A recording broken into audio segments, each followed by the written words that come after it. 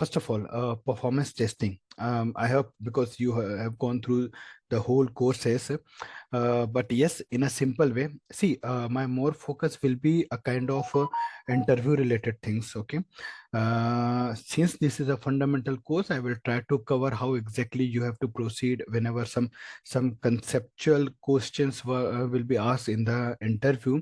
How exactly you have to answer them. Number one thing.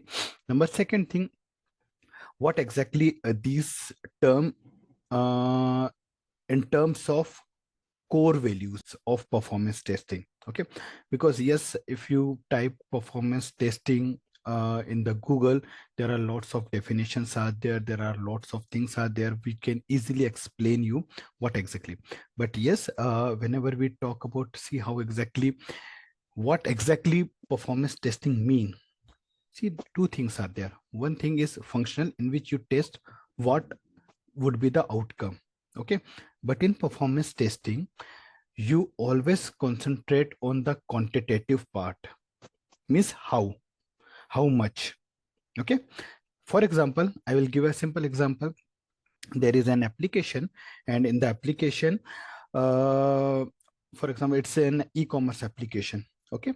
So definitely, a client want the output should be correct as a part of functional testing, but how much load a particular application can handle, that need to be tested in performance testing. So performance testing answer how much, a kind of quantitative part. Now, how much will be the part of load, will be the part of response time. How exactly it is? Okay. In how much second my application or the particular page will respond. Again, how much is coming? Okay. Third, how much throughput or maybe the rate of transaction will be completed within 1 hour. Okay. So again, a term, how much is coming, how much CPU will be utilized whenever the peak load is coming. Okay. Again, the same term is coming, how much memory will be utilized. So see, the performance testing is nothing but it is a kind of quantitative part in which you get the answer of how much. Okay. Now, let me also open this particular overview page. So already you have gone through. Okay, since this is an overview part, so that will be, we will cover later this particular. Okay. Now, uh, do you have any doubt in performance testing or anything which comes under overview? No. Okay, I'll skip this particular term PTPE terminologies because I will cover this in the more info part, because already those terms are there. Now coming on to the core concept of load testing. Okay. Uh, when we talk about performance testing, yes, there are different type of test cases as well as the test scenarios are there. Okay. Now, what is load test? Uh, Simple thing is that whenever an application is there, uh, three kind of loads are there. One is average load, one is peak load, and the third one is future load, or someone is called as a stress load. Okay, what exactly these terms? Whenever an application get a traffic in a normal way or in a regular day, it is a kind of average traffic or average load. Okay. Now, why the term introduced as a load test? See, whenever the regular traffic is coming throughout the day, it means that the normal load is going on the particular website or the application. Okay. So it is a kind of regular test or regular uh, traffic. Okay. But when we talk about load test means something extra is coming on the website. And that is why we are going for the load test. Now, what something extra? It means that some peak is coming during the or across the day, and that is why we have to test the application for those particular peak load or those particular hours. Yesterday, one person, maybe in some of the question, because he was from the QA background, and he was trying to change his skill to the performance testing. So some interviewer asked him, what is stress test? So maybe he explained in his term, and then suddenly the interviewer asked, why the stress test of 1 hour? So he told, no, it is not necessary that we have to go with the 1 hour. We can complete it within 30 minutes or 40 minutes as well. Okay. So he asked is what exactly the stress load is there. Then definitely just in a core term, he just trying to trap him. Okay. And if you don't know the meaning of those core terms, then definitely you cannot you cannot clear the interview. Or maybe if you clear the interview, maybe when you work practically, somehow you will be that means you will get some problem in there. So concept is very clear of the load test.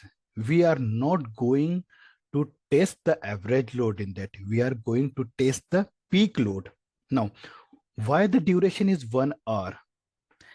Because whenever we go through the history, it we come to know that, okay, the peak load duration is very short. Sometimes it's half an hour, sometimes it's 1 hour, sometimes maybe 1.5 hour or 2 hour.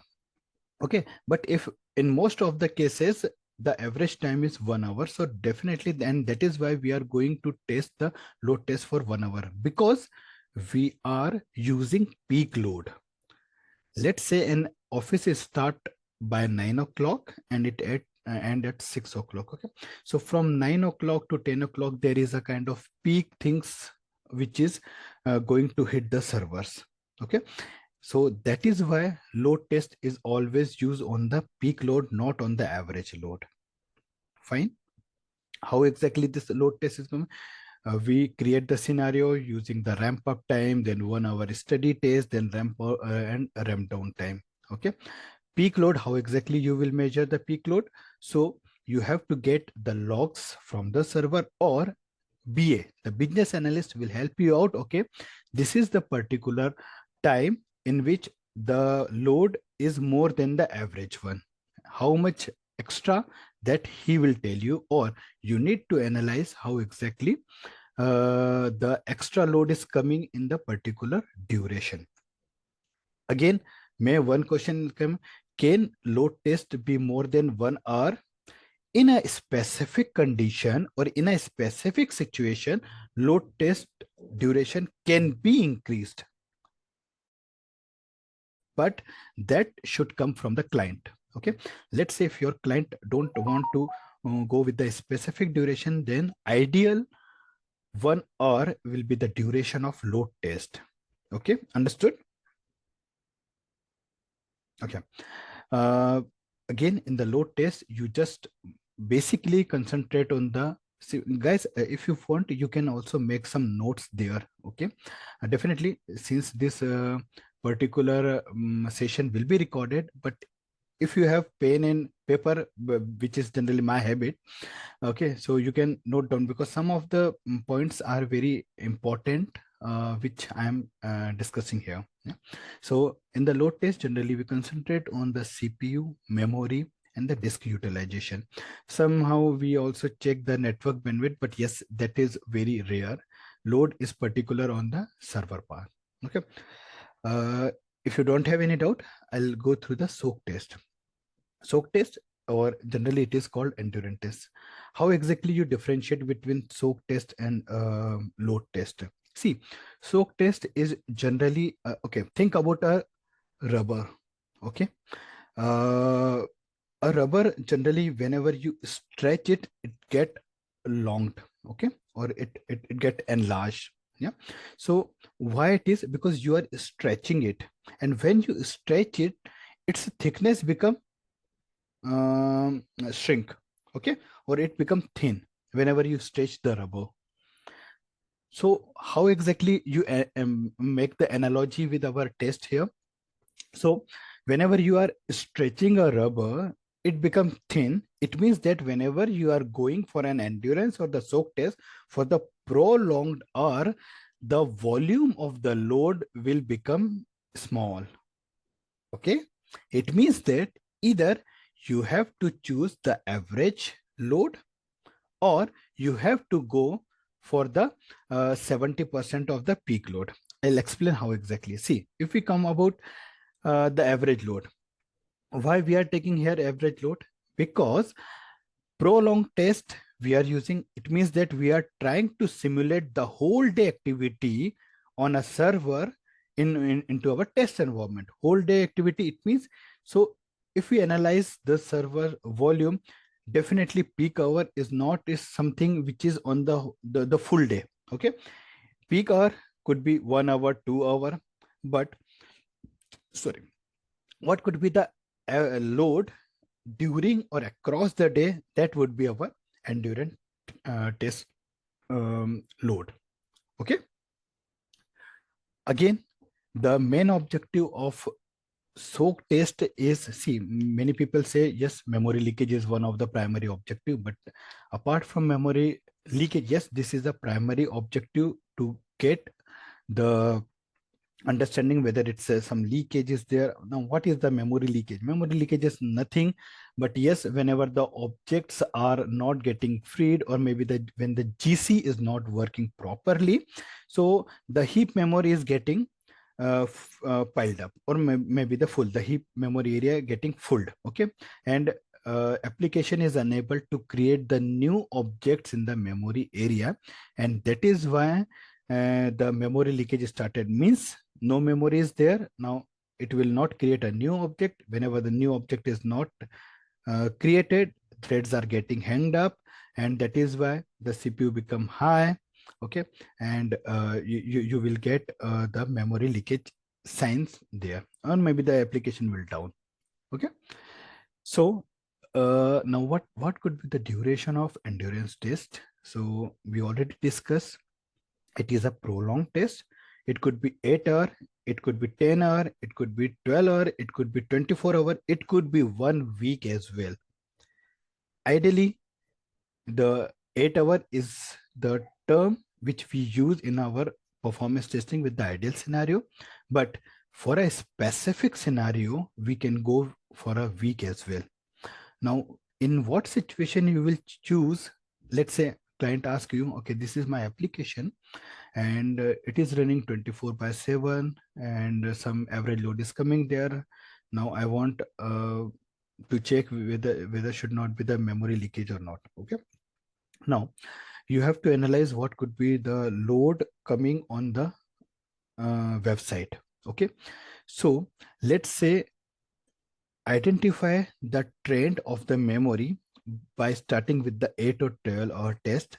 Let's say if you cannot see the GC is working properly and the memory is continuously increasing, then you have to recommend to the client that we have to go for some test which is beyond 8 or 12 hour as well. Or if you identify the issue, okay, no, in the 8 hour or 12 hour memory is not getting freed, then ask your developer, that means the memory management is not correctly or as per the expectation, kindly tune it.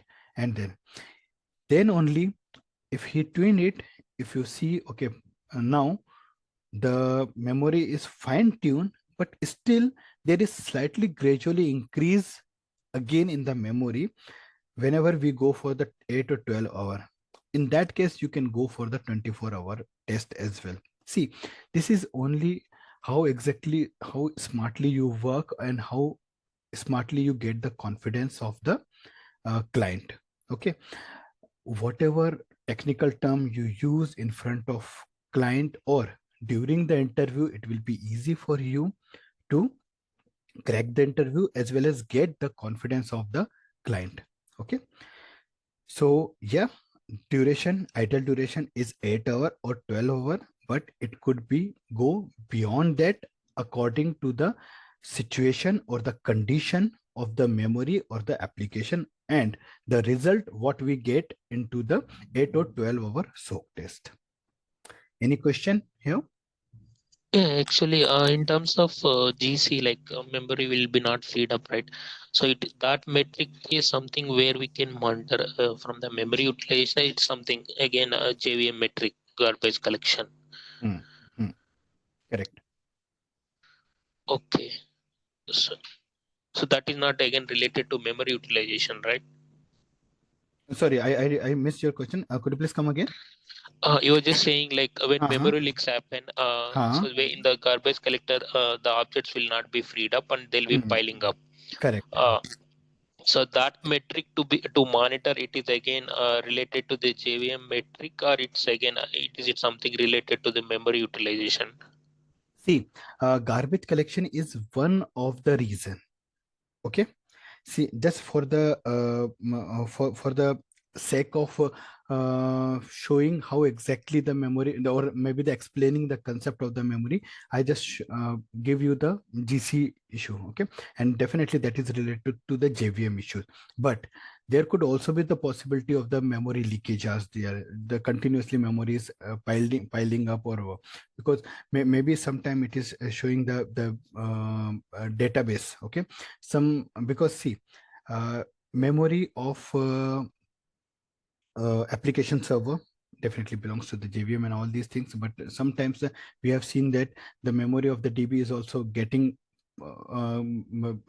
piled up. Okay, due to some issues which are not related to the exactly the memory, not the GC and all this, because GC is not there. Yeah, so definitely this is one of the concept. The memory piled up is 90%, in the 90% cases it is due to the GC.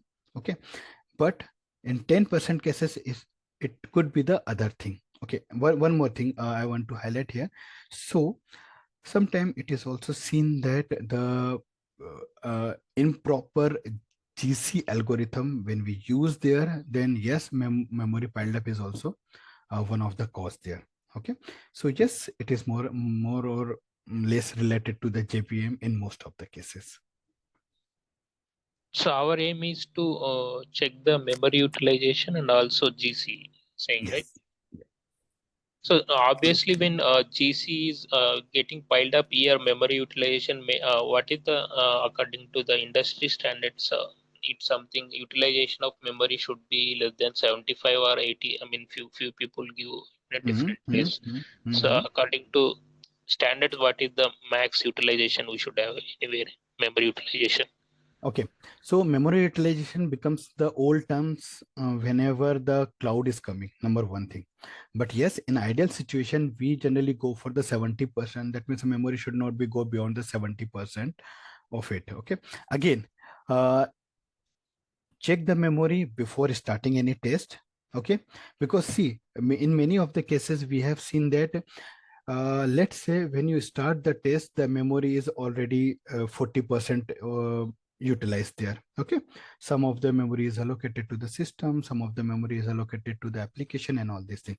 So before starting the test it is 40%. Then when you start a load test or soak test or stress test, the memory is getting increased maybe 40 to 60%. Okay, and again it create a flat graph, 60, 61, 62 like this, and at the end it comes whenever your test is completed, again the 60 is coming to maybe the 50, and then again the flat graph. So it is an ideal situation. How exactly you identify the memory leakage? So whenever you start your test with the 40% utilization of the memory, when you start the test it become the 60%. Then now slightly it is going to increase 60, 61, 62, 63, maybe it is going to the 70%. Okay, and whenever you stop the test, now the memory is coming down, but maybe only 2 or 3%. Maybe it is hanged up at the 68, 69, 68, 69%, and making a flat graph. In that situation it is a kind of clue, or it is a kind of sign that something is wrong going in the memory.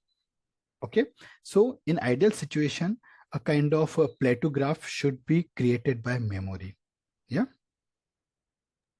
Yeah, and when, yes, and whenever we come to the ideal situation, yes, 70% is the normal thing. which should not be crossed by the memory. And see, okay, again, in some of the cases, practically I have seen that the memory utilization is already around the 70%. You start the test, it go up to the only 70 or 73%. Okay, and it is making a normal graph and then it is coming down. So that is also, you cannot tell, okay, this is not, this should not be the ideal case, or this should not be the test which we can pass. We can consider this test as a pass, because whenever you apply the load on the server, the memory is consumed very rare, or maybe increased very rare, only 70 to 73. It means your application is not utilizing that much memory, and it is a kind of a normal situation. You can go. Now if you come across the cloud, you can see that in the cloud we generally provide the limit and the, whenever there is a kind of um, drop of any of the pods, then definitely another pods will up and start and or some, for example, in your application 2 or 3 pods are using there, and if it suddenly starts, the load is coming, then pods, more pods are getting add up in the cloud. Okay, so the memory, where in that case you cannot judge, or you cannot monitor the memory in the 7% basis. You just need to identify the graph of different ports, memory graph of the different ports. Then only you can measure the correct thing. If all the ports utilizing the memory in a normal way, then that is fine. Yes, if you are seeing a lot of spike are there, if you are seeing the pods are getting restarted, okay, then definitely you need to identify the reason, whether it's out of memory or what exactly. Because see, in current situation we can easily check why the pods are getting restarted. Yeah, so in that situation, yes, you have to go with some recommendation there. Yeah, Rohit. So when initially itself, if the memory utilization is 40% and, before the load testing, and after the load testing, if it is spiking to something 70% and remains flat, then once Mhm. after the load testing is done, if it is dropping to again back to 40%, Mhm. Mhm. that should be any issue. It's not an issue, right? Still the memory utilization is not went beyond 70% or something.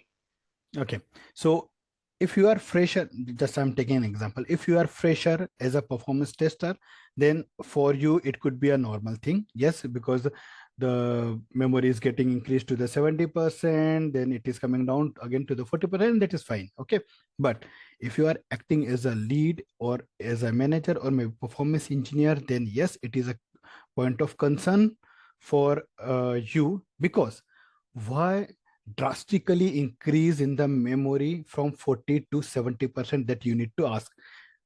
Number one thing, either lots of load is getting, for example, you are testing your application with 5,000 or 10,000 load, user load, then that is fine. Okay, 40 to 70%, because 10,000 users are hitting simultaneously, then yes, it is going up. Yeah. Let's say if you are using only 100 user and your application is going from 70 to 40 to 70 memory, then yes, you need to highlight this issue, because such type of memory should not be utilized for a small amount of load. Okay. Yeah, it's not like any basic standard, but we have to check before Yes. load and after load and how it is utilizing. Correct. Correct. Yeah, and you said like for endurance or soak testing, we need to take average load, or if it would need to go to the 70% of peak load Hmm. Hmm. generally. Hmm. Correct. Okay, yeah, thank you. Yeah, welcome. Okay. Quickly start the stress test. So stress test again, kind of 1 hour test. Why 1 hour? Because whenever the application is getting stress, it is not for a long time. For example, a sale is coming. For example, something is happening suddenly on the application due to due to a kind of festive season or something like this. Okay, so in that case only the system or the application get stressed up. Okay, so that is why we ideally take 1 hour as a stress. Now what could be the load or the user volume for stress test.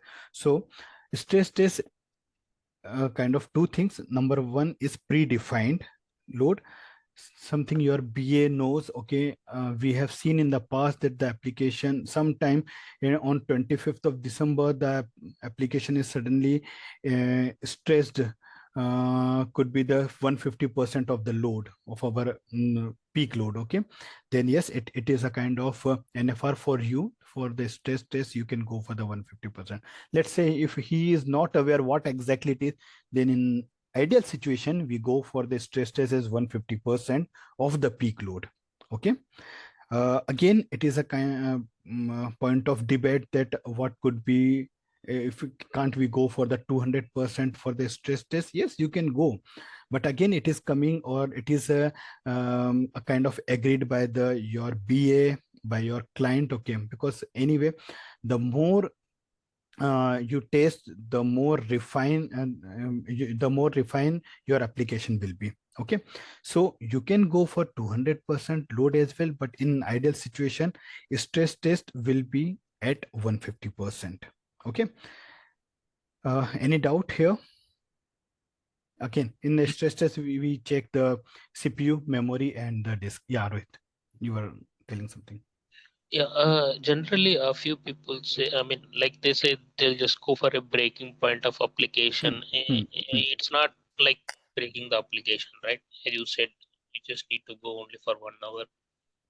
See, let's say if you are going for 150, 100, 150% of the load test, and let's say your application got breaked, then it is a kind of breakpoint test for you again.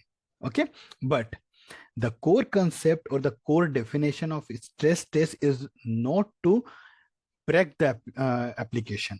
Okay, it is just a kind of either future load or a load that could go beyond the peak is your stress test. Okay, but Yeah, yeah. yeah, yeah. uh, Spike test, again it is a kind of something very short duration test. Okay, or you can say ultra short test, but the duration, see, ultra short duration of the spike, not the test. The duration of the test could be 1 hour. Okay, and in 1 hour you are spiking the application with a drastically increase of the load. Okay, how exactly it is? So let's say you started your test, your users are getting ramped up, then it is going for the steady state, maybe with, okay, we will take an example. You started the test with a 0 user, then ramped up with the 1,000. Then after 15 minutes, you will spike the system by sending from 1,000 to 5,000 users. Okay, and that is only for 5 minute duration. And then again you stop 4,000 users, it will go down, then again it will be a kind of flat for 15 minutes, then again you will try for 5,000 user. Then so in that case you will spike the system for 4 times from 1,000 to 5,000. Okay, this is an ideal spike test. Okay, why we are using this? Okay, guys, one thing I want to highlight here. See, performance testing for a client will, okay, you recommend, or maybe your company recommend the performance testing to your client. Your client agreed, okay, we will go with you guys, we have the confidence you will do the performance testing in a correct manner. Now definitely, see, in the world everything is kind of money between the client and your company.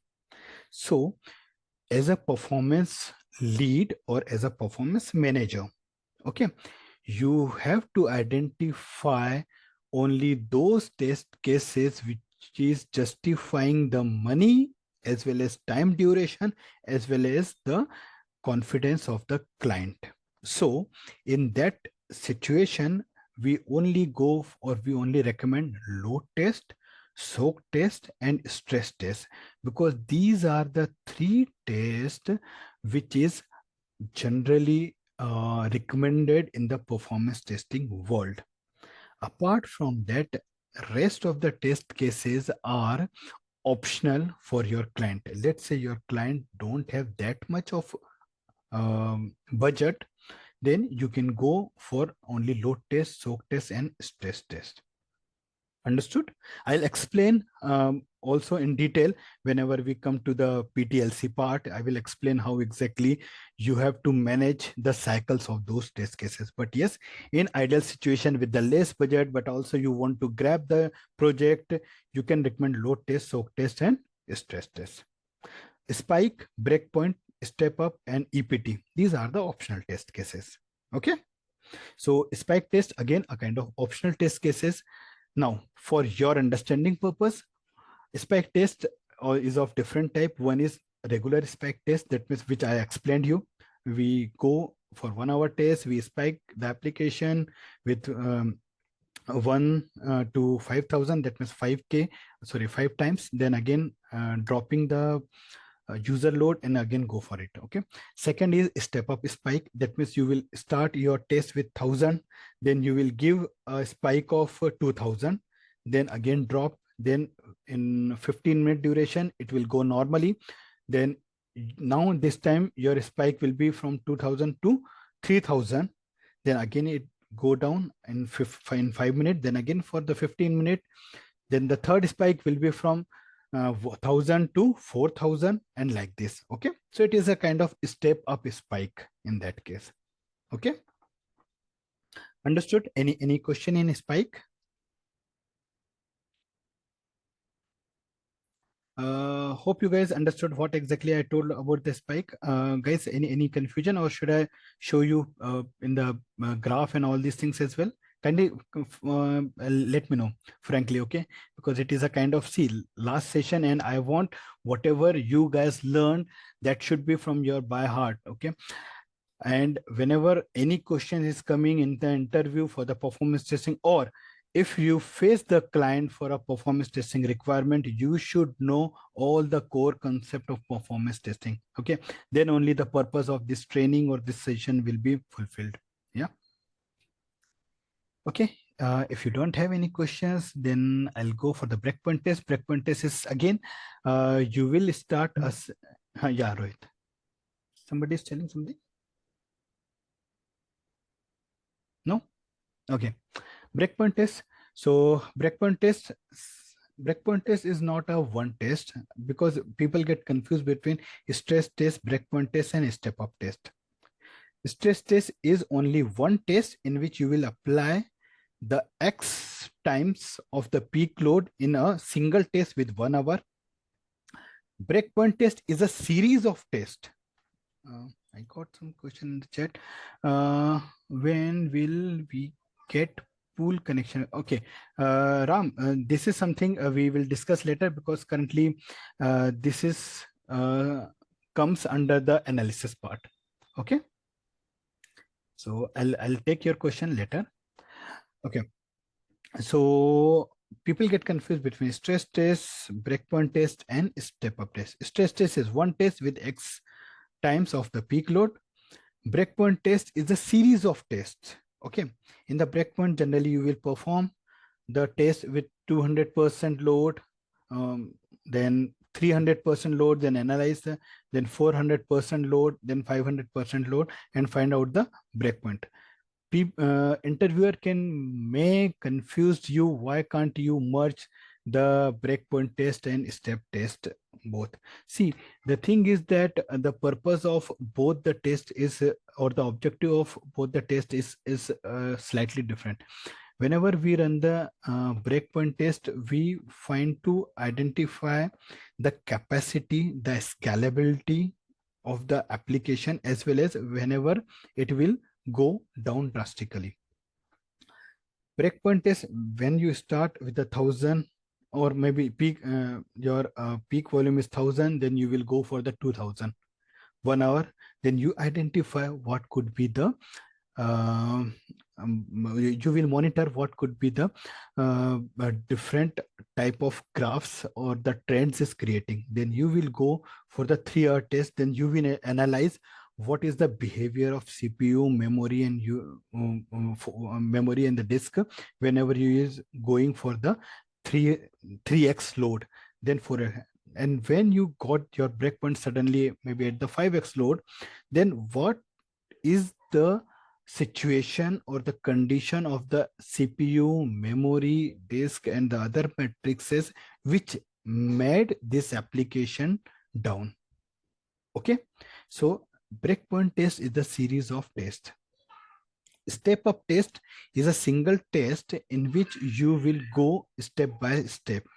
Step up test is one of the ideal situation in the real time world as well, because sometimes it is it could be the case 1,000 users are coming, maybe the second slot is coming after 15 minute or the 30 minute, the third slot is coming after 30 minute, fourth slot is coming after, and again it is the possibility that you find out the breakpoint in your step up test as well. But step up is a single test which go one by one or the step by step with a different or the varying in the user load, okay, with a kind of slot or the batch of the test. Again, this is a kind of optional test, not generally recommend whenever your client have lots of budget and you have a proper duration, okay, that we can complete the whole performance testing in the X month, then yeah, you can go for that. Okay. Uh, the last point is early performance testing. It is a kind of advanced topic in the performance testing. Why the EPT is recommended?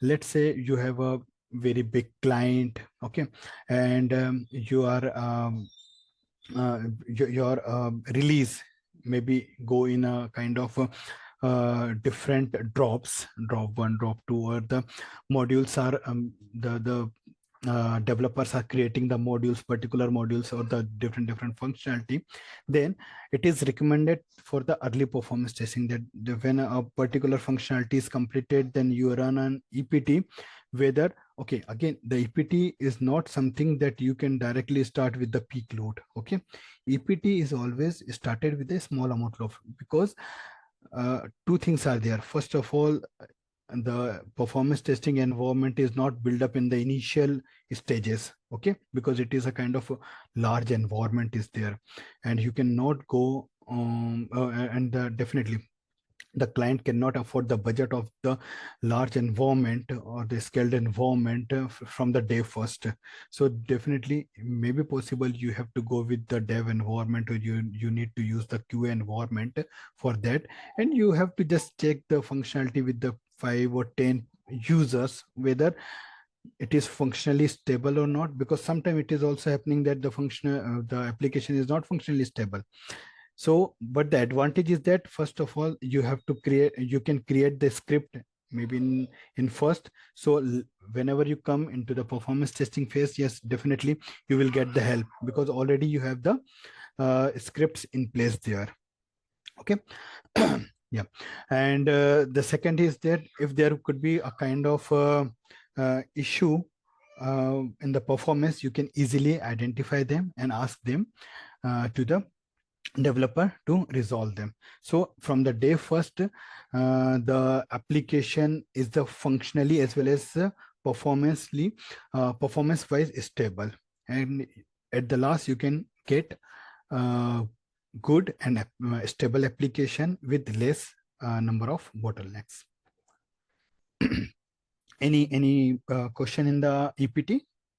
Actually, I have few questions, but it Mhm. may not be related to EPT. So my first question is, like, we have two methodologies like Agile and Waterfall. So how this is means in related to performance testing, means how we will do the performance testing in both these two methodologies. This is the Mhm. first question. Second question is, as you said about stress testing. Okay, so in stress testing, we are sorry, endurance testing. So in Mhm. endurance testing, we know that it is done for a longer period of time. So when we are doing a long it for a longer period of time, how the test data management is done? Like since we require, so it will be running for a huge means it's for a longer period of time, so huge amount of test data is required. So how we are going to manage it, and how we can validate that the transactions are running perfectly without any test data issue. So these two are my questions. Okay. So first of all, your question was about to agile and waterfall methodology. See, in practical world, the performance testing do not follow any of the model. Okay.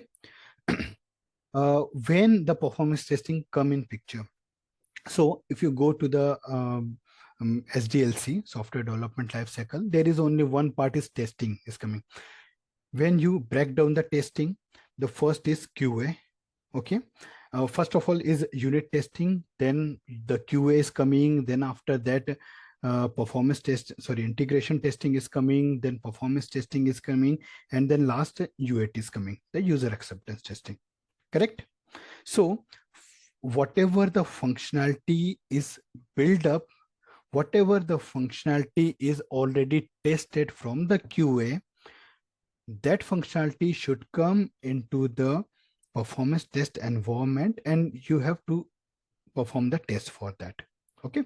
It does not follow any of the model, number one thing. Now, let's say if you have module wise releases, let's say first module will go in the month of January. Okay. Second module will be delivered in the month of July, and third module will be use or go in the month of December. So how exactly you will perform the performance testing lifecycle here? So first of all, whatever the functionality or volume or release or module, because there are different terms are used by the different companies, whatever the functionality is coming for the performance testing, you will perform the testing for those. Whenever the next drop, release or module is coming in the month of July, you have to prepare a regression test of whatever you ran in the first month or in the January. Okay. So along with current module, you have to run additional regression test on the existing functionality, so that you will get a confidence that, okay, both the functionality are validated and working properly. And whenever you will go in the December release, definitely you will have a kind of two regression pack, or maybe you can merge the January and July in a single regression pack, and you have to run the regression pack and along with the functionality. Okay. So it does not follow any kind of model there. Any doubt in this question? No, you mean to say we have to segregate it sprint wise, right? Yes, correct. Okay. So I got the clarity on this particular Okay. question.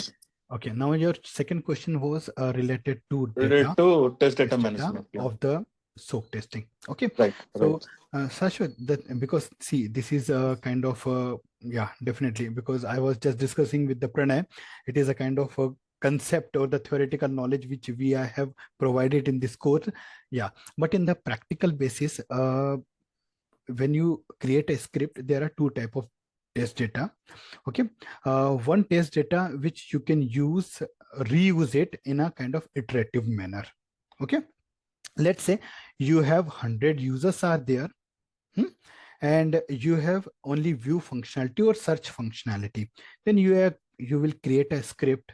You will run the test maybe with the 15 users, but in your CSV data or the test data file, you will have the 100%. So all the users will be a kind of iterative manner, and then they will easily complete the load test or whatever test is there. Correct? Got my point? The first Yes. point? Okay. Yes. Yes. Now, the second part is uh, uh, it could be possible that you have the you don't have the reusable data. In that case, yes, you have to use any kind of testing tool which could generate the test data. Number one thing. Okay. But before that, in case you have large amount of data or large amount of users in your production environment, then you need to ask your test data management team to fetch the production data, then convert it into a dummy data, and then provide you.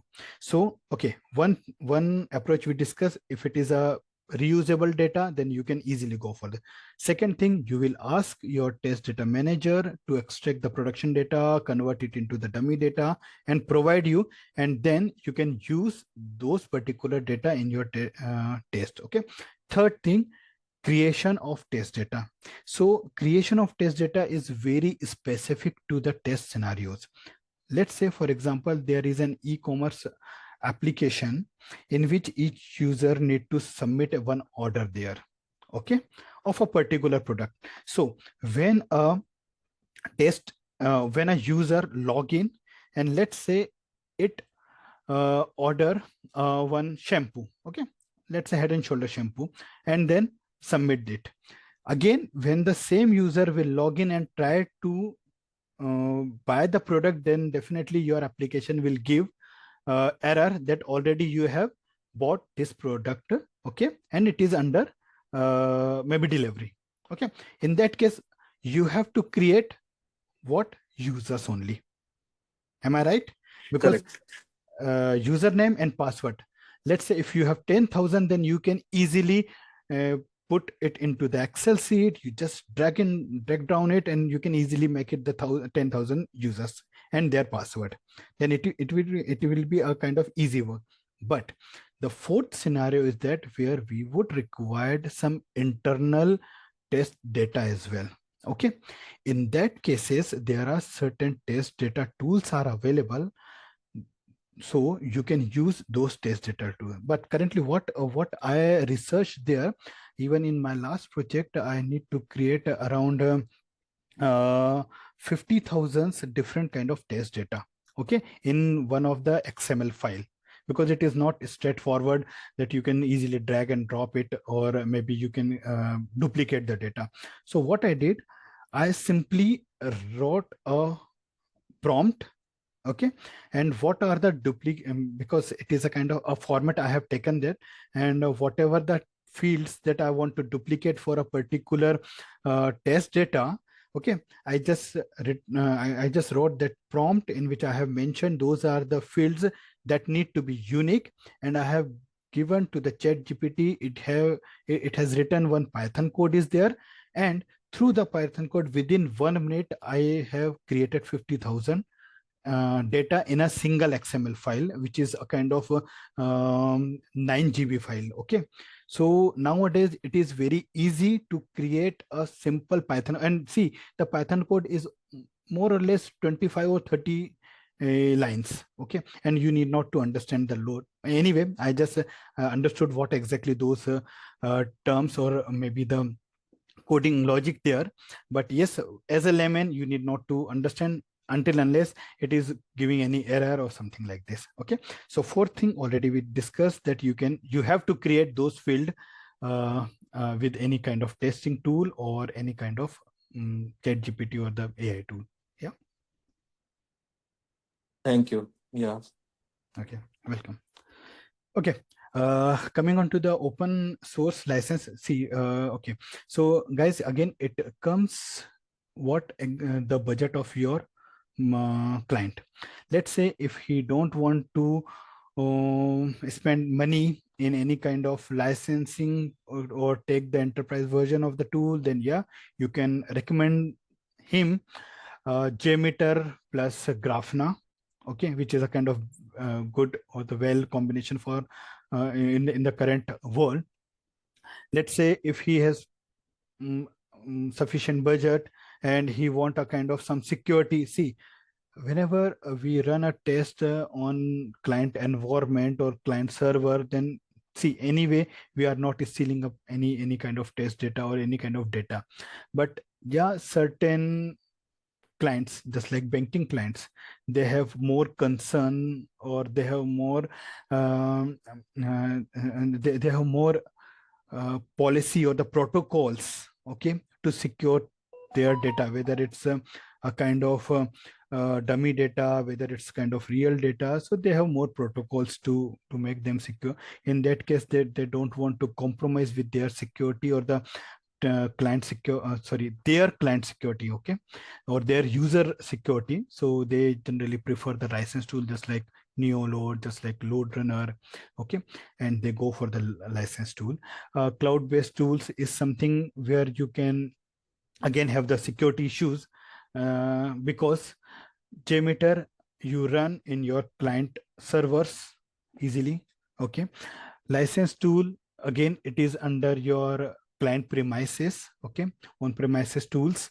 Cloud based tools just like the blaze meter, in which what exactly you will do, you will record the script, but you have to upload on the blaze meter servers, okay.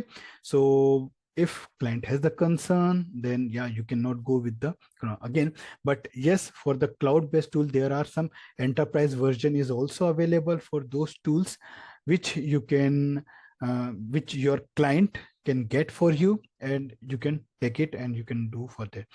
The only advantage of cloud based tool is its scalability. Let's say your client want, I want the test first say with the 5,000 users, okay, you can easily ask yes, we can go for it. But suddenly he asks no, now this time I will I want to test my application with 10,000 users. Then for the normal or the regular scenario with open source and the license tools, definitely scalability is not that much easy. Even for the license tool, if you have the license only for the 2,000 user, and then you want to go for the 10,000 user, then you have to either request them, or you need to contact their support team, and then you have to buy, and generally it will take maybe 1 day or 2 day or maybe more. So definitely it is a kind of spending more time without doing any fruitful things. So in that case, cloud-based tool can easily assign more pods for your particular license, and you can quickly go for the 10K users as well. Okay, so that is one of the advantage of the cloud-based tool. Okay, any doubt in open license cloud-based tool? No? So yeah, the new concept is coming is as a kind of client-side UI performance testing. So guys, I would suggest if you are preparing for the interview, so just go through this client-side performance testing, because this is one of the new concept is coming in the market. Lots of company are doing the researches and creating a new tools for the client-side performance testing, because since 2005 till 2023, we are only concentrating about the backend servers, okay, backend server performance. We don't check the performance of the UI. Why it was? Because see, before 2000 or maybe late 90s, what is happening, there are not that much of the users are there. So even clients are not concerned about whatever the response is coming, or maybe whatever the user load is on the server and all these things, okay. They only concentrate on the functional part, that if client is given 2 plus 2, then they should get 4, okay, whatever time is, maybe if they will get in 1 minute 2 minute, they don't bother it, number one thing. Second thing, whenever the user load is getting high on the servers, people are more getting interacted with the new technologies, internet is coming, then a new concern is coming, the backend server is getting either down, okay, sometimes the application is crashed. Then performance testing of the backend server is came into picture. Then Mercury launch, load runner, then it was acquired by the HP and blah blah things, and all this history, all these things were happening. Then people, no sorry, client was more concerning on functional as well as the performance testing, the big client, okay. Now when the user is getting high, okay, increasing the user count is increasing, that is fine. But when company realized that along with the backend the user is increasing, but on the system it means the laptop and the mobile is also getting getting filled up with the different application, since they also have the capacity. Previously, servers have the capacity, and whenever it reaches to the capacity, definitely the application is getting down. But now what is happening? Laptop have its own capacity, mobile has its own capacity.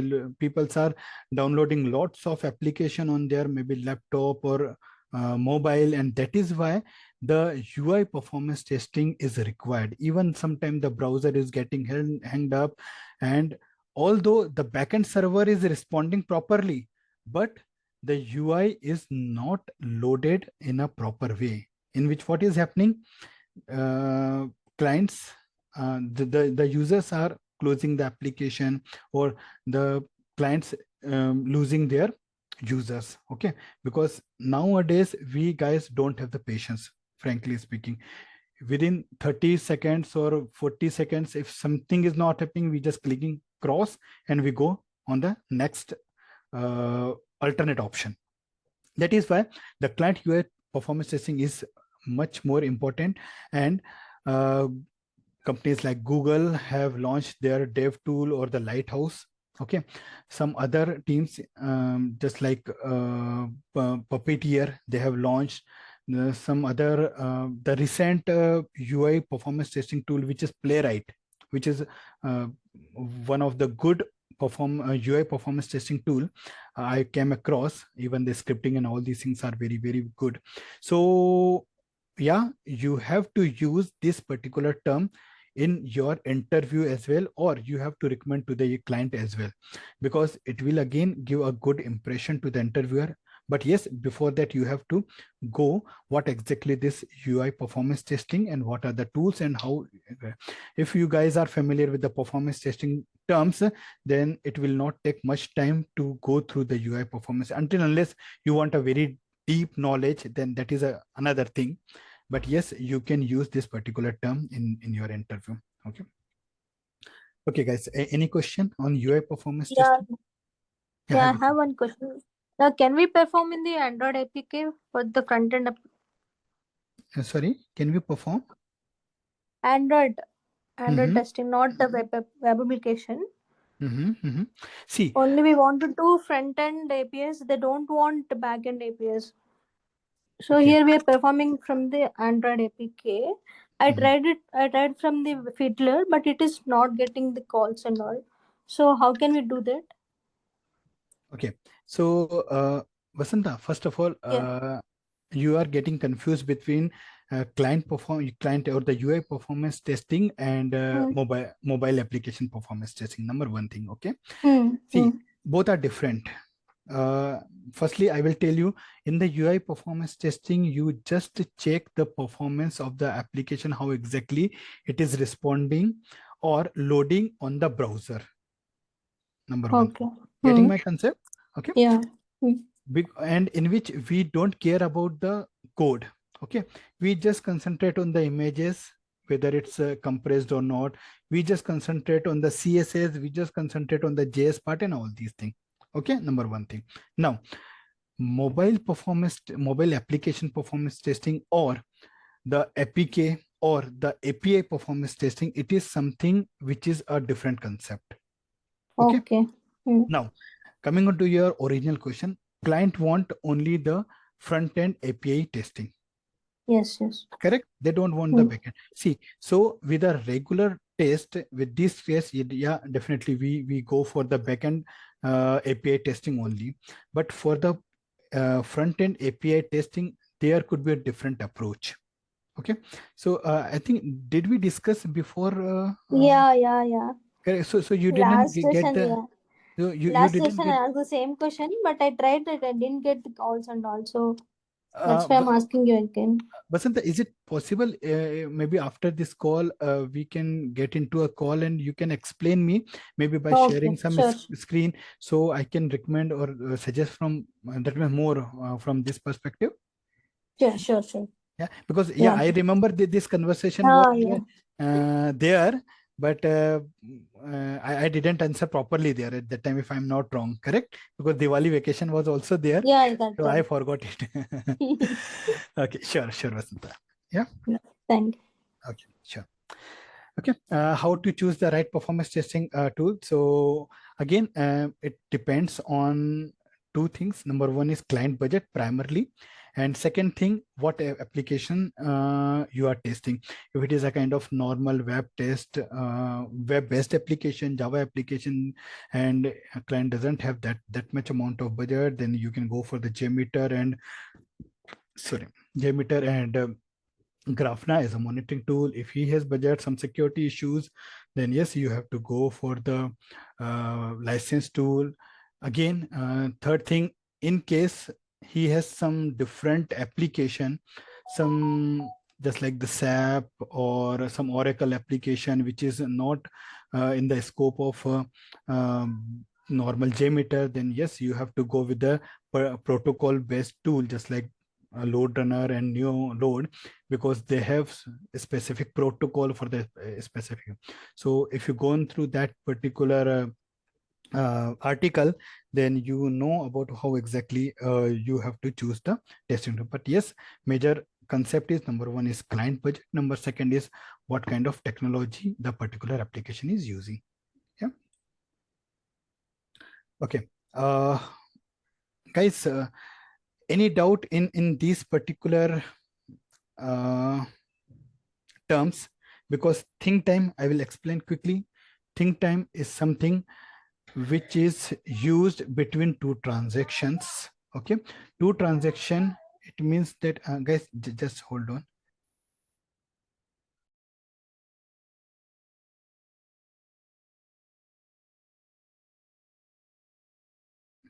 Yeah, sorry guys. Okay, so think time is generally the delay between two transaction. Two transaction, it means definitely when you log into any site, then definitely you cannot quickly without any delay, you will something, you will read, you will see, you will go through the, you will scroll down the website, and then you will click on the different links and all these things. So okay, so think time is more or less whatever the user is thinking between two actions. Okay, after login, he will think something and then he will click, then again after that he will think something, and then so it is a simple delay time between two action of the users. 90th percentile response time, 90th percentile response time. Okay, this is one of the interview question, why we always use the 90th percentile, why we don't want to go with the average. Okay, so definitely when we talk about performance is always you want up to the mark, correct? When we talk about performance of your child or performance of an student, what exactly you will measure? How the performance or how the how the student of a particular class is studying, or how exactly he responding your answer and all these things, correct? So 90th percentile is something which is indicating to the perfection. See, everything is not perfect, but it is going towards the perfection. If you take the average time, let's say a client having 10,000 users on his website in a normal or peak hour, not peak hour. So if and if we take an average response time, that average user is getting 3 second response, and rest of the users are getting some 6 second, 8 second, 9 second. So just think, only 5K users is getting proper response, and rest of the 5K user are not getting response in a particular time. So what exactly, yeah, client will start losing their users. So that is why 90th percentile, it means that out of 10,000 users, 9,000 users are getting proper response time. Rest of the one rest of the 1K users is for the kept for the imperfection.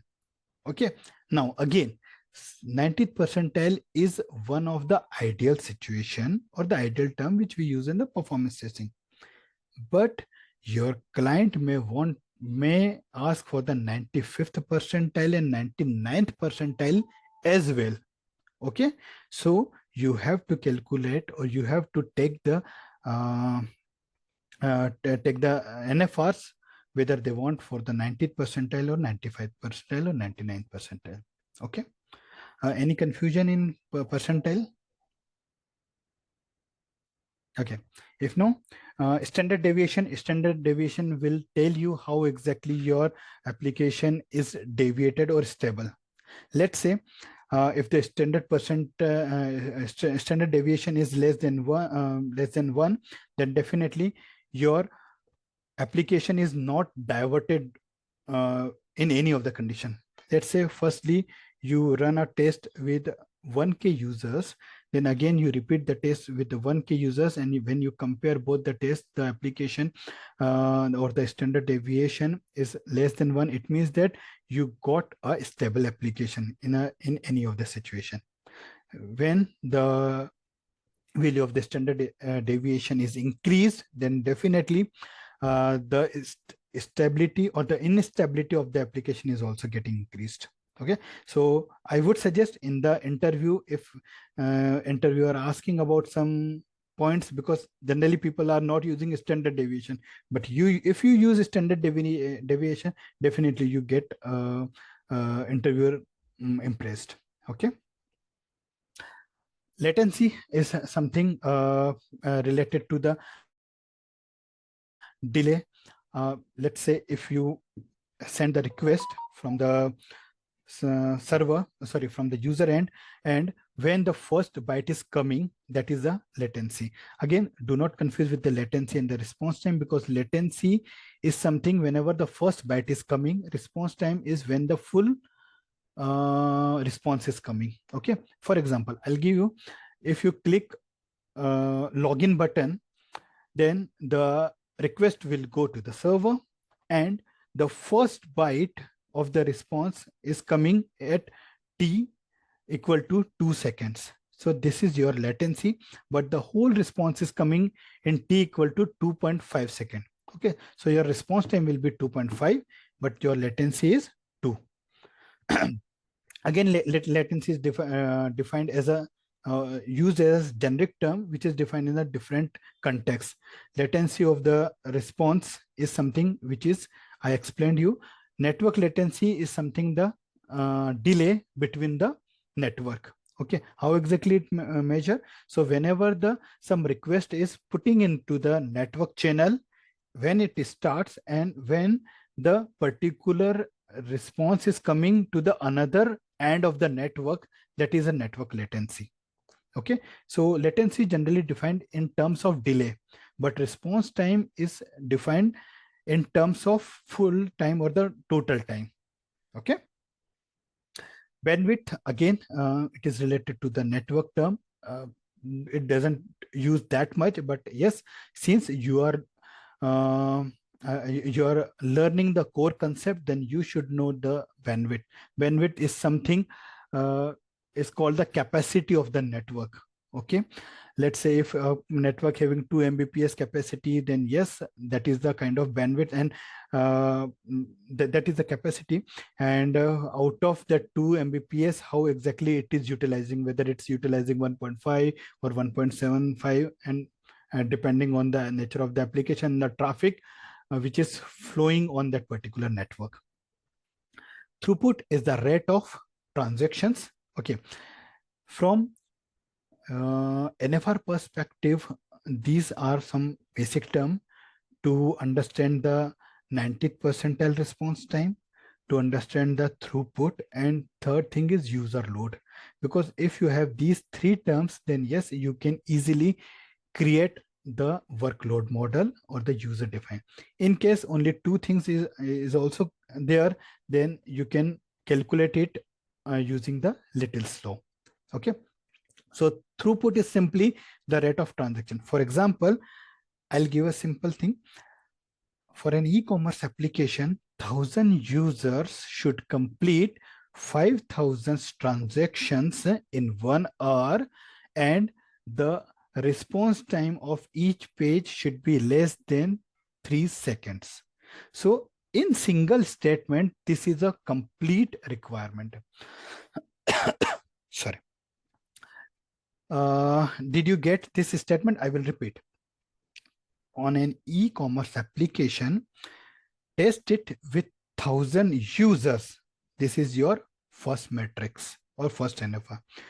Test the application with 1,000 users with 5,000 transaction per hour, that it become your throughput, and the response time of each page should be less than 3 seconds. So with this statement, you got all your NFRs related to the client side metrics. Any confusion here? Okay. Then we go for the pacing. Pacing is the delay between two iterations. How exactly two iterations? So see, when I told you 1,000 user will log in, but how exactly they will create 5,000 transaction? It means that to each user 5 iteration need to be done within 1 hour. So the delay between two iterations become the pacing. That means the single user should not start its first transaction. Okay, let's say one virtual user started their iteration. It completes the whole journey. That means login, then search product, order product, log out. Then again within the next second, it should not start again the login, then your searching the product, order the product, then log out. There could be a kind of difference. So if within 1 hour we have to complete the 5 iteration by one user, then there would be a pacing of 10 minutes between each iterations. Correct? So that 10 minutes become your pacing. Okay, for a particular user. Understood? So again, now, okay, nowadays pacing is something older concept, because now users want a kind of pacing. If we use a large pacing, then we don't see a regular traffic on the servers. Okay, so you may see a kind of spike in the system. Let's say if you have only 100 users and you have to complete only 200 transactions, correct? So each user need to complete the 2 transactions in a whole journey. So if you use a large pacing, then okay, first user will start and then complete its iteration, and maybe it will start its second iteration 35 or 40 minutes later. So a kind of gap between the iterations is large, so it will show in your graph, and that is not an ideal graph. So what exactly in that case? In that case, JMeter have very good concept, and it uses a different kind of timers. Okay, so using those timers, it distribute the load, or it distribute the iterations across the whole hour, so that you will get a kind of constant load on the server, and that is why the spike and all these things is not there. Okay, so day by day the pacing concepts is become low, but again, if interviewer asks you about the pacing, then you should know what exactly it is. And we have explained pacing, think time, and all these terms in very detailed manner in the articles. Kindly go through it. Some other performance matrices are which also includes the user load, CPU utilization, memory utilization. Everything have their standard, just like 60% or 70%. Maybe sometime it is specific to the project as well.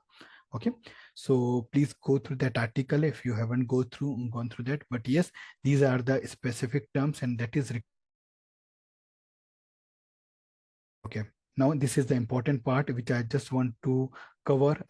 Definitely I was waiting for it, because it is something which will lead you to become the manager, or if you are seeking for the performance testing core concept, or maybe for some higher designation, or you want to come across as a lead or as a manager, then yes, you have to know the whole journey is there. Whenever you will search on the Google, every journey will start from the non-functional requirement gathering. But what I learn in 16 years of experience, no, we have to first assess the requirement before going to the non-functional requirement. Now I'll Okay, before that, any doubt in that? Because I want to cover this topic in a very detailed manner.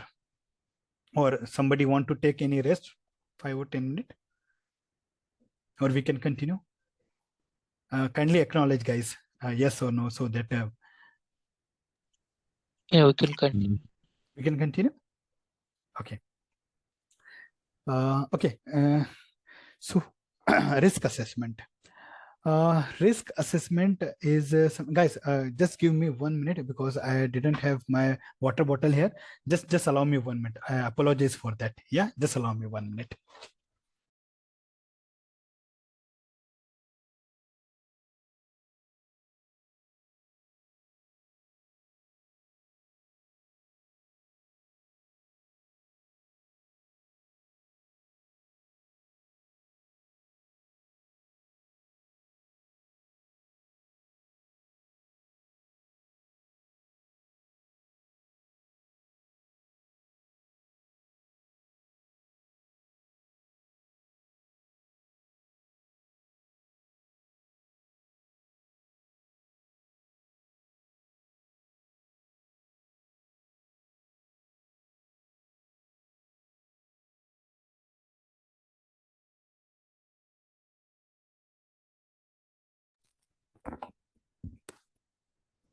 Yeah, I'm back.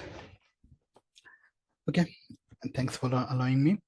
Okay, risk assessment. Risk assessment is something which you need to assess before going to enter into the performance testing lifecycle.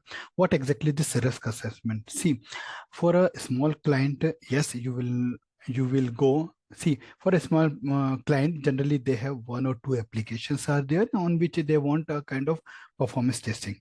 Okay, so in that case, you may go for the risk assessment, or you can skip it, because okay, particular functionality is there. And that only you need to assess it. But in large MNCs, when the client's having a lot of applications, let's say they have 10 or 15 application, and the whole development is going in your company, then you will not you will not recommend all the applications to be performance testing. Why? Number one thing, it will increase client budget. Okay, so when the client budget is going to increase, definitely a kind of doubt coming in his mind. Okay, why we are spending lots of money and all these things. Okay, in that case, you can go, okay, no, we'll assess what are the application which generally fall under the performance testing scenarios. Okay, this is one situation when you have a lots of other multiple applications. Second thing, let's say if a single application having multiple components, or multiple functionalities are there, then again you will assess the functionality wise how exactly it is. Let's say if an banking application is there, and in that banking application only the important part is the transactions, the money transactions or the money transfer functionality is one of the important. Then you will assess it how exactly it is, and then you will go. You will not go for all the functionalities, which is that means the viewing the product, and maybe some internal transfer. Okay, the if a client having 2 accounts in the same bank and he want to transfer money, then definitely it is not that much of business critical.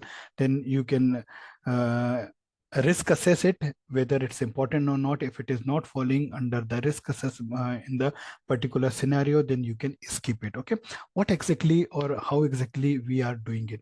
See, whenever you see, okay, in the performance testing, you also need to play with tactics. Let's say if you will say your client, okay, for this particular application, we will have the budget, maybe we will take, okay, I'm talking about on the rupees, okay, 50 lakh rupees we will take for we will take for it. Definitely, maybe in the client, it will why the 25 lakh is a kind of a large amount, and why exactly it is. So you will justify it. Okay, let me do the risk assessment, and from that the higher value you will risk assess it, and you will come to, okay, now we have risk assess it, and it become the 18 lakh, and these are the only application, these are the only functionality which we think it is business critical and you have to go. So it is a kind of psychological impact to the client. Okay, from 25 I save my 7 lakh rupees, and that is good thing, and maybe possible he will ask, or he will allow you to go ahead for that. So again, it is a kind of psychological point of view for a manager. See, these points generally I am discussing about the managerial perspective. So likewise, you can take the confidence of the client. Okay, so assess the now assessment having different scenarios or different parameters. Number one thing, whether the application is business, or whether the particular functionality is business critical or not. Business critical, it means that let's say if the particular functionality is down, then whether the whole business, or how exactly it impact the revenue part. Okay, so if it is impacting directly to the revenue part, then yes, its score should be 1. Okay, here sorry, here I am giving you the score maybe 0 to 5. Okay, let's scale it with 0 to 5. So if it is really impacting to the business functionality or the revenues, then you will mark it as a 5. If it is less impacting to the business, then yes, you can mark it as a 3 or 2 or 1, or sometimes 0 if it is directly not related to the business revenue. Second thing, availability of the application. Whether it's available 24/7, whether it's available only 9/7, or whether it's available only 2/7. So again, it's depend whether the application is available how much time.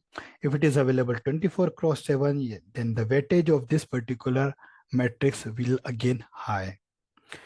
Third point is whether this particular component or functionality is depending on the other functionality or not. Let's say if it is a dependent component of the functionality, then yes, it would have the high weightage of the parameter. How exactly it is? Let's say if we are doing one component performance testing, and we found that and maybe in the production this particular component is failed, then it impact to the 5 or 6 functionality of the client in the production. Okay, so in that case, that particular component will fall under the higher weightage of the risk assessment. Okay, so likewise, these parameters are there which you can gather. Okay, how exactly you will perform the risk assessment? Okay, before that, so these are the parameters which you have to keep in your mind before performing the risk assessment. Also, we have provided the template of the risk assessment in the in the articles. In case you are unable to access the template, just let us know. So what exactly we will do? We will directly provide the access to your Google or the Gmail ID. So you can download those template, and you will go through what are the other parameters are there which you need to take care about. Now, as a performance testing lead or manager, you have to ask this question either directly to the client or to the BA, because your dev definitely will not answer technically of these particular questions. In case they will provide you answer, but yes, those are not that much relevant for you to judge the risk of the particular component of the functionality. So better to involve BA, better to involve system architect, better to involve the client as well whenever you are performing the risk assessment. Any question in the risk assessment part? Okay, no. So we will go for the non-functional requirement gathering. This is one of the important of the initial phase whenever you are capturing or gathering all the requirement. I would suggest again we have a particular template for it in which we gather the non-functional requirement. If you are with your pen and copy, then three important non-functional requirement is user load, throughput, or transactions per second, or maybe transaction per hour. And third thing is the response time.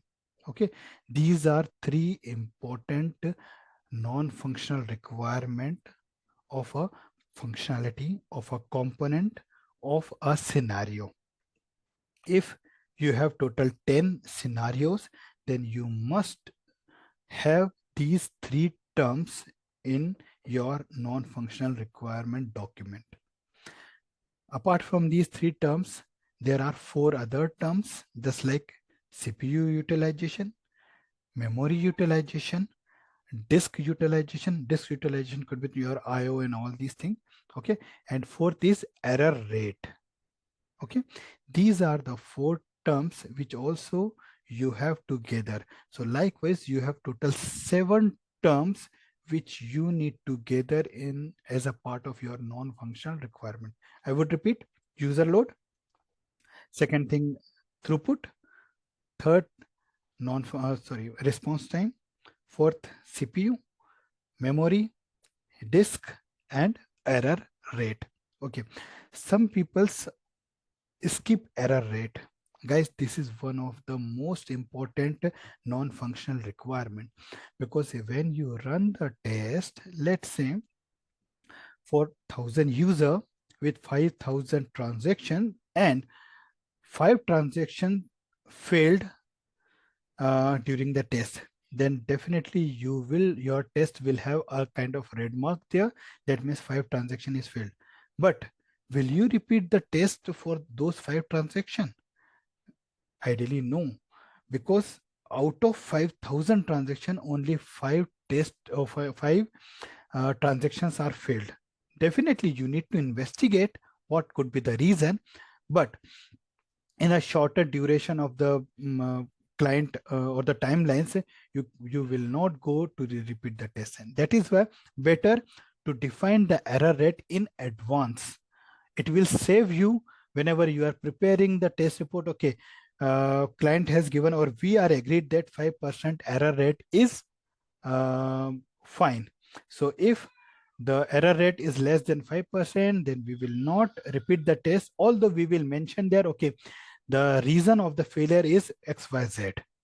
Okay, that is why always always do a kind of smart work that will save you at the time of report presentation. Okay, so better to agree all this. And how when you come across the term, whenever you will experience it, whenever you will go, okay, because definitely, as I told you, that in my career lots of things are happening at the last moment. These are not proper, these are not proper, but yes, documents and the agreements are the things which save our life. Okay, and one more thing, client always not concentrate on the performance testing part, or they are not interested in the performance testing part in the initial or the middle phase.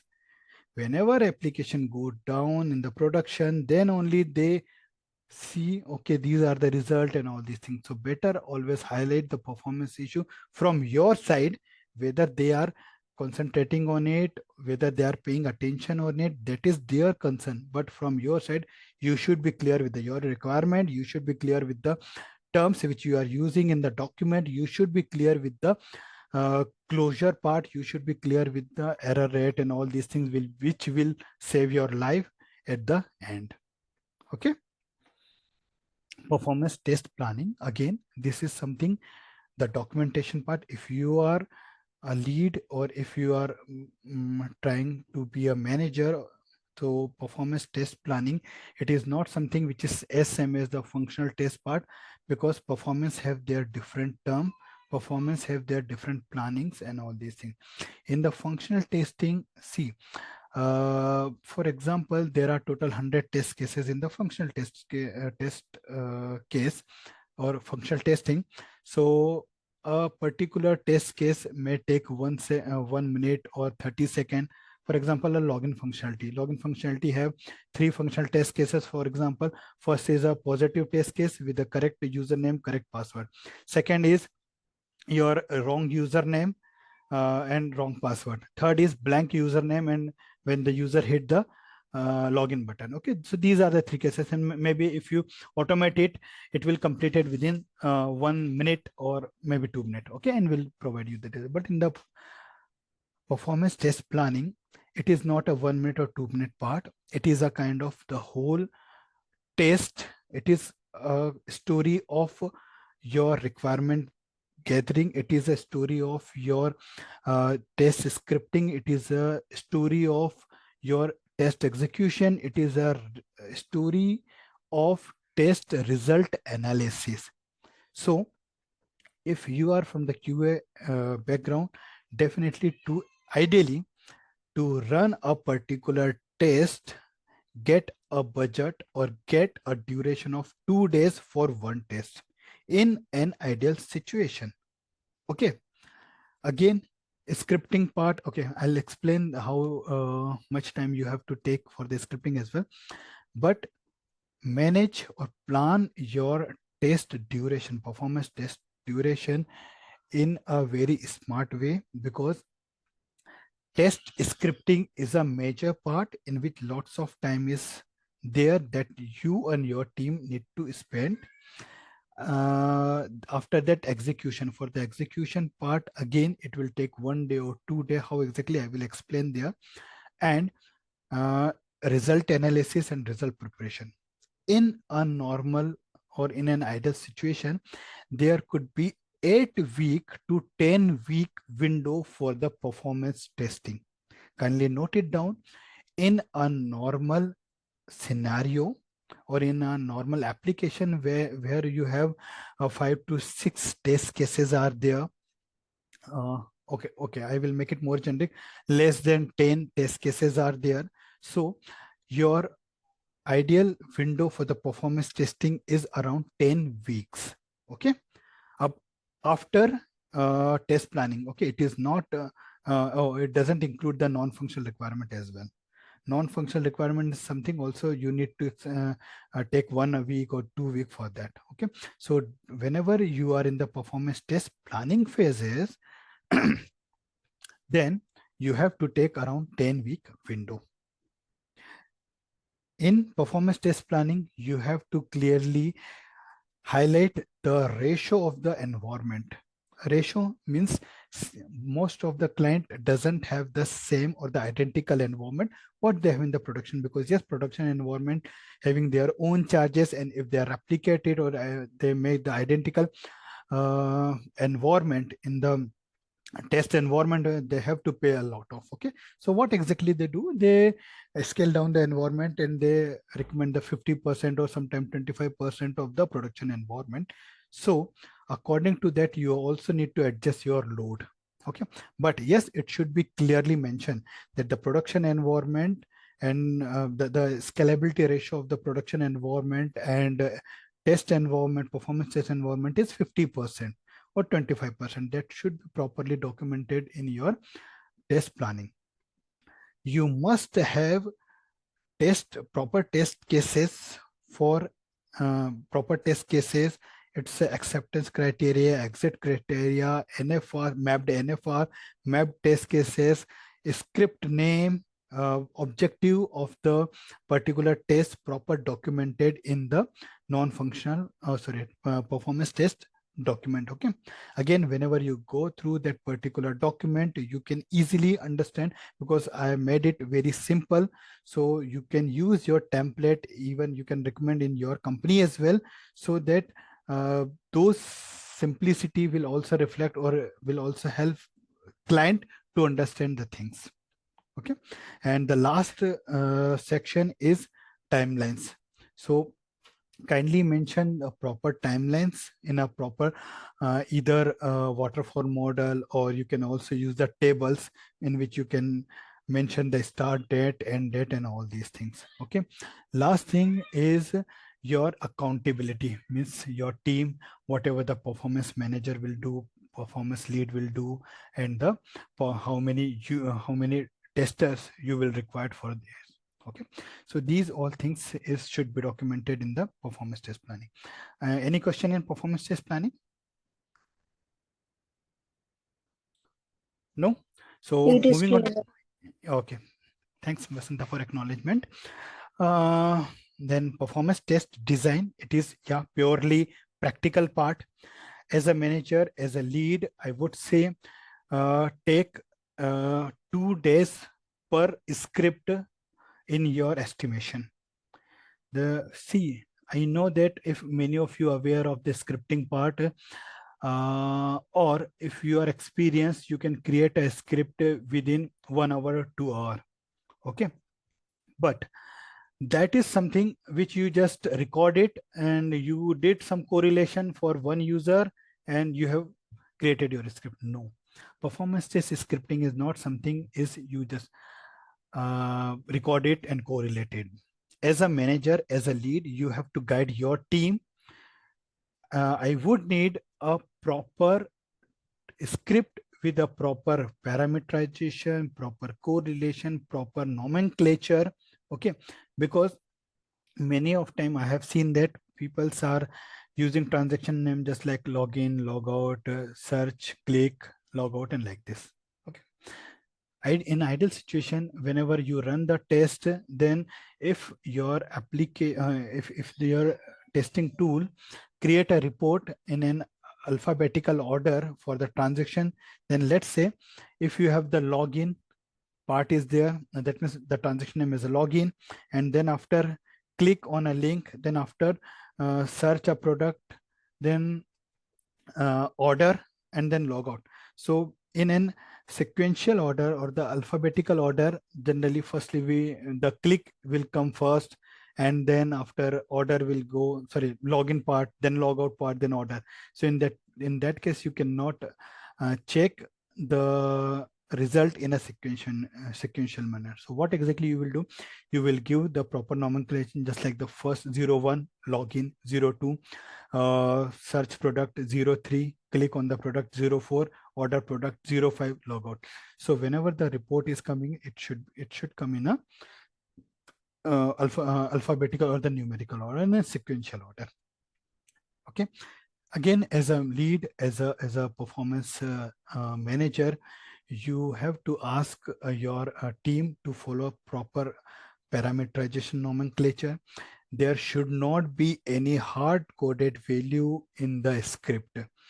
All the values should be properly correlated. Okay, then use proper CSV file, because yes, test data is again one of the point which we discussed with the Shashwat. Okay, because many of the time we run that script with one transaction or the one user, and whenever we execute the test, then it may fail for multiple users. Okay, due to some wrong data or due to unable to handle the correlation for particular user.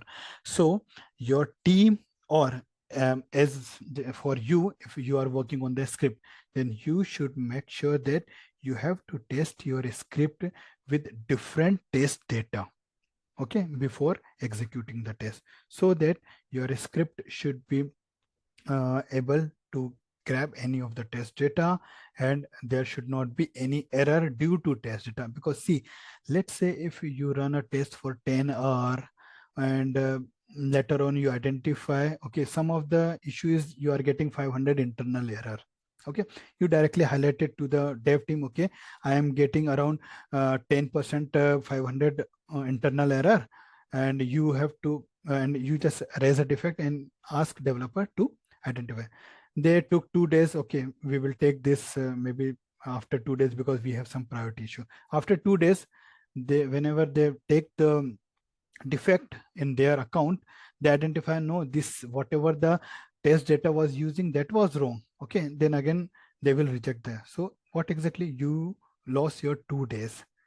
Why? because the test data was not correct. Because in some cases, whenever the test data is not correct, the first request is going, but the subsequent request providing the 500 internal error as well. Okay, not all the cases. This is some of the specific cases when the error logic is like this. Okay, so better to save yourself by making some verification with the different users with different test data and save your time and work smartly. Okay, moving on to the workload modeling. This is again one of the important thing for that, guys, in case you, because it is totally depend on the formula based. In case you already have these three terms, throughput, you already have user load, you already have the response time, then you can easily do the workload modeling, okay, by using some of the formula already in on the PerfMatrix website. We have calculators are there. In case some of the terms is not available, then you can use those calculators and you can create the workload model. In the workload model, again, what we discussed for the load test, stress test, endurance test, the workload model should be like this only. Okay, any question, any doubt in the workload modeling?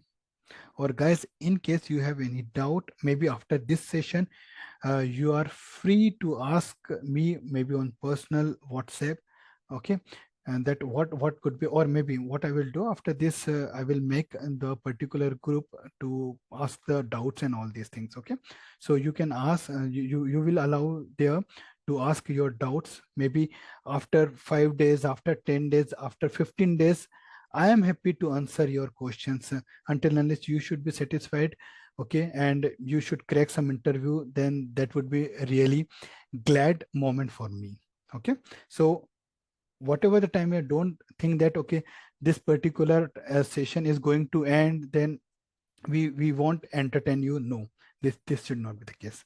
Okay, so in case, just go through the workload modeling in any of the topic or any of the term of the workload modeling. If you have any doubt, please ask me. Moving on to the performance test execution part. So this is something, yes, again, the practical part, whenever you perform the test. But what are the concepts are there? You have to validate your test script with the different test data. You have your performance test scenario according, or the workload model according to the NFRs, which you have captured in the performance test plan. So as a lead, as a performance lead, as a performance manager, you need to make sure that the team is following the performance testing document. You have to make sure that the all the scenarios, which is a kind of a which you are going to, or the team is going to execute, that should meet all the requirement or all the non-functional requirement terms there. Okay, now one thing I want to highlight in the performance test execution, that was the cycle, which I mentioned previously. So as a performance test lead, as a performance test manager, if you are estimating a budget for the performance test, then for each and every execution, at least take 8 hours for a single test. Practically, if you are aware of the application nature, practically if something or the application is old and you are fully familiar how exactly it will react whenever we go with the X amount of user load, then you will take hardly 2 to 3 hours to complete your test. Okay, 1 hour to prepare the scenario. Already if the scenario is created, then 1 hour or 1 hour 15 minutes for the load test, and next 1 hour for the analysis purpose. If you are really, that means you have the knowledge of performance testing of the intermittent or maybe the expert level, then yes, 1 hour is fine for the analysis. But as a beginner, as a fresher, or maybe if performance is something new for us, then I would suggest to take some time for the result, test result analysis. Okay, so get 8 hour to 16 hour dedicated for the for a particular test. Now let's say if in your performance test document you have mentioned load test, stress test, and soak test. These are the 3 tests which you have mentioned and you have to run it. Now you have to run 2 cycles of these 2 tests. Number 1 cycle, firstly you will run the test with load, stress, and endurance test or the soak test. Okay, in that case, cycle 1 is coming. In an ideal situation you didn't get any of the issue, then you will run another cycle of the same load test, stress test, and soak test. Now you will compare the result. Why 2 cycle? The first cycle is called as a initial cycle and the second cycle is called as the stability cycle. Okay, in which you will check whether your application is stable enough or not. If you are getting the same result, or not the same, not the identical, but if you are getting the more or less without any much standard deviation, the results are meeting all the NFRs, the response time is not getting increased, all transactions are completed successfully, CPU are more or less identical, there should not be much spike or much utilization, or you didn't see any of the increase in the utilization, then yes, that is a kind of stable test, or the stable cycle is fine. In case okay, this is 2 cycle test. Okay, but whenever you will plan in your test document, ideally you have to go with the 3 cycles. Okay, number 1 initial cycle, number 2 stability cycle, and number 3 is debug cycle. Why exactly it is? See, sometimes if whenever you run the test, load test, and you identify lots of performance bottleneck, then you will again go for the debug, and then you will go for the debug, because developer fine tune some of the things. Okay, then you will again rerun the test and you will check whether the particular solution work or not.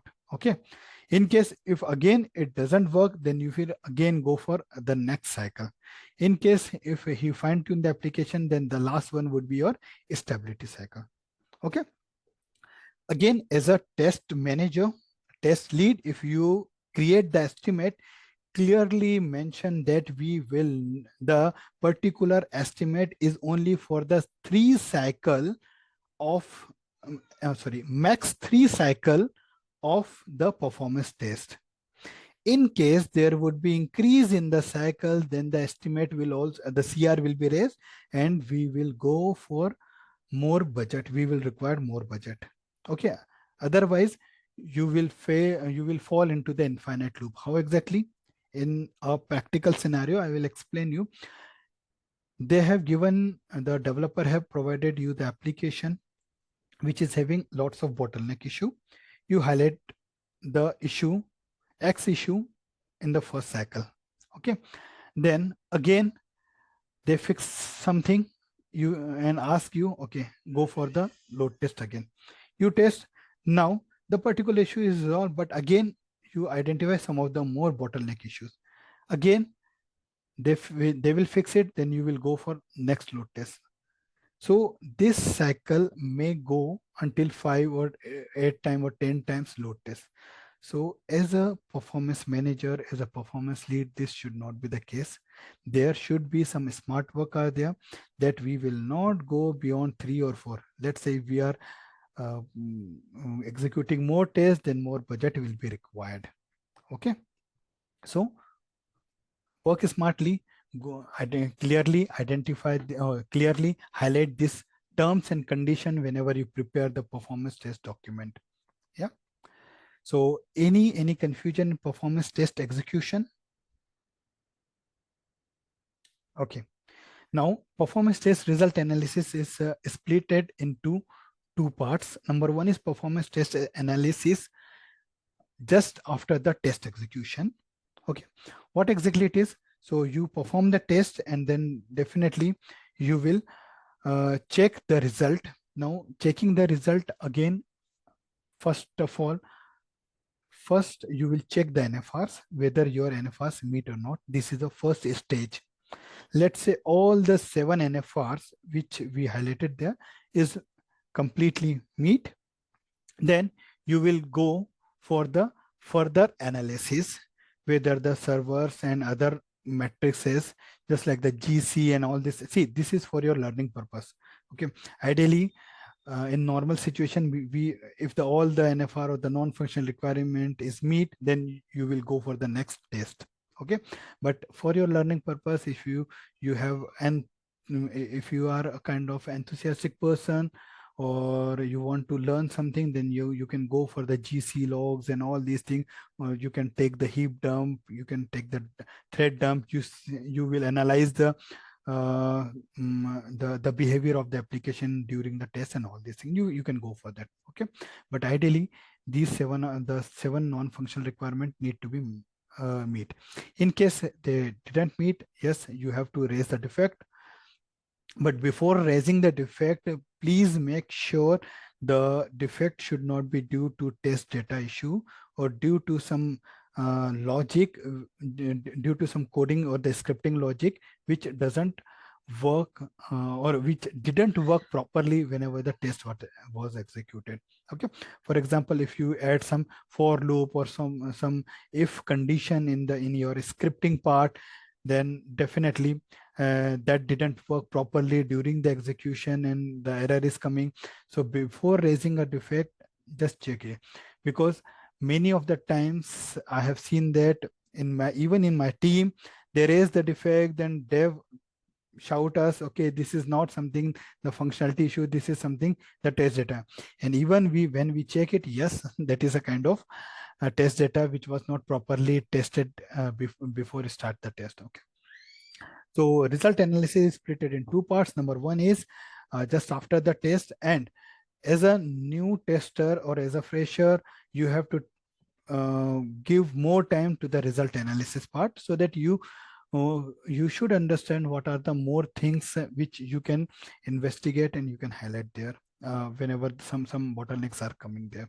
Because the more you interact with the system, the more you familiar with the system, the more it will respond you, or it will tell you the intern or inside story, how exactly I am working, how exactly I will fail whenever the more user load will come. Okay, so just like it will start telling you what exactly its inside story. The second part is result test analysis, is the report preparation. The report preparation, you will give 2 reports. One is the report just after the test is executed, and whatever the analysis or the observation you made there, then you can go for it. And the last one is the final test report. So also we have the final test report templates there. Also we have the how exactly you have to convey your messages, or how exactly you need to give your observation as an intermittent report to the client. So both the template is also available on PerfMatrix website, so you can go for it. In case you are unable to find the templates and all these things, then just let me know, I will give you that part. Again, as a performance test manager or as a performance test lead, you should have the capability, or you should have the convincing power, because at last lots of questions come whenever you present the report, and if something is not correct in the report. Okay, as a performance manager, there should be the go no go decision, which totally depends on your report. Okay, in case the application is not working properly, or some of the NFRs didn't meet during the test execution, then you are accountable to take go and no go decision. Guys, one more thing, do not take your decision whatever your project manager is saying. Okay, because sometimes we got the pressure from the performance manager, okay, hide this particular thing, just because we have the delivery, we have to go with the green report. No, better to save yourself first, prepare a correct report first. Okay, share with your project manager, see, this is the report which I am seeing. In case you have a lot of pressure and all these things, then you can create another copy of that report, okay, and you can publish it. But in future, if something is coming on the project manager or on you, because this particular functionality was tested, but in the production it went or it failed, then you must have your primary copy with you with a no-go decision, that I tested this application, I have prepared, but due to the performance, due to the pressure, I have to go with the green. So better save yourself first, because see, in the company, you are the owner of performance testing domain. Okay. Although decision was taken by the project manager, that is another thing. But in your world, you are the owner, you are the king for that. Okay. So don't uh, make your decision on the basis of something which is not correct. Okay. So yeah, any question how exactly we need to handle the situation in the performance test result and all these things, or any question come in your mind right now? Okay, no. So server monitoring counters, so these are the some simple counters which you have to know in case interviewer ask you what are the counters are there. So we have listed down all the important counters are there which need to. Now I will take one of the questions which was asking by Ram, when we will get pool connection failed. Okay, so pool connection failed, actually see, whenever you are using any let's say Oracle application, okay, or maybe their app server are there. So what exactly the pool?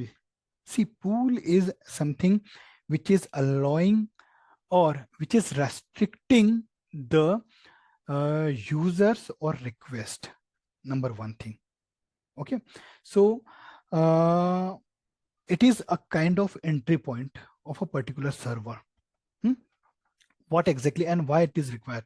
Let's say your application or the app server, or in a generic way a server, having a capacity with, let's say it is having 1 TB of the memory, total memory, and let's say X amount of the CPU is there. But again, it is its capacity. Okay. And why pool concept is coming? Because the user request should not come in such a case that it is utilizing its full capacity, the server's full capacity. Okay. So that is where pool concept is coming. So whenever a large amount of request is coming, then the pool connection is set up. Okay. And it is restricted by some of the numbers which is, you can see in the app dashboard, generally 50, 100, 500. Again, it depends on the your application, how exactly it is constructed, how exactly it is built up, and how much user load is allowed there to, how much user load is allowed to handle it.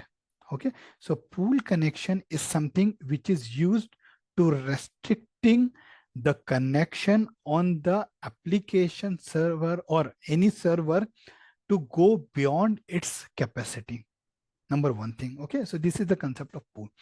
Now, when we will get this connection, sorry, let me again check. When will we get the connection?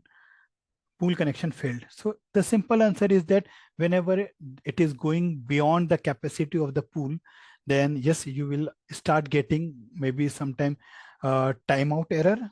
Okay, because pool, let's say pool is allotted as a 50 threads at a time, then you requested and it is handling more than 50, then the rest of the request will get timeout there. Okay, so the simple answer is whenever the pool capacity is full, then you will start getting the pool connection timeout. Okay. So yes, server monitoring counters. Server monitoring counters is something which you have to go through and understand what. If you want to dig down it, and if you want to some more clarity on those counters, because we have explained it very in a simple way. Still, if there would be any doubt, if there would be any issue, then just let us know. Importance of HTTP status codes under performance testing. See, this is something, if you are working as a performance test engineer, then this is one of the important topic, because test status is something like you go to the doctor and doctor just check your body temperature. Okay, so if it is go beyond 98.6, or if it could be 100, then yes, doctor will say something wrong there in the body. But see, it is a primary diagnosis.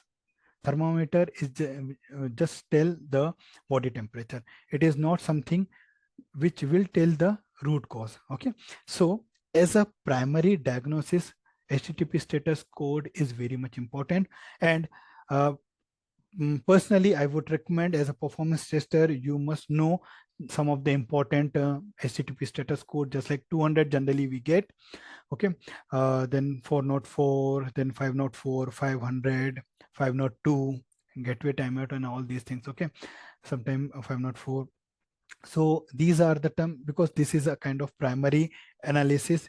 Within a minute you can tell, okay, something went wrong, but what went wrong? Now from here you will, if it is something timeout is happening, or maybe the service is not available, it means that your server is not responding.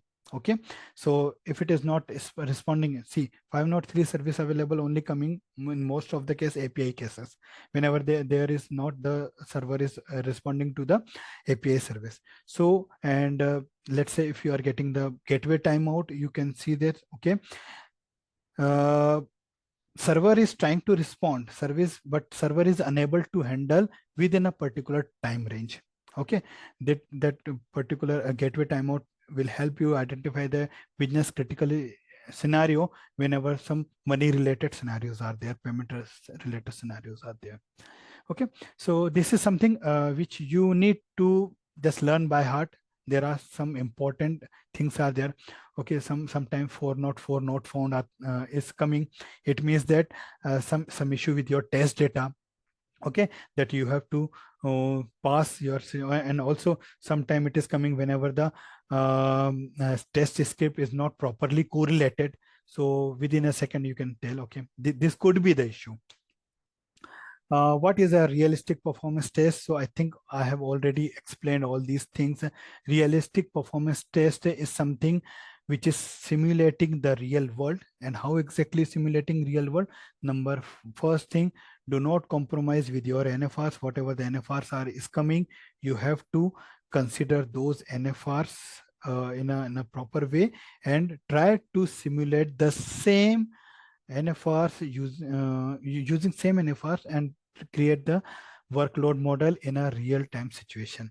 Second thing, do not compromise with the real world scenarios. Just like you have to give the think time, you have to give the proper distribution of the user load using different kind of timers and all this thing. Okay, you have to use the cache, you have to use the cookies which simulate the real world. Okay guys, one thing which I want to highlight,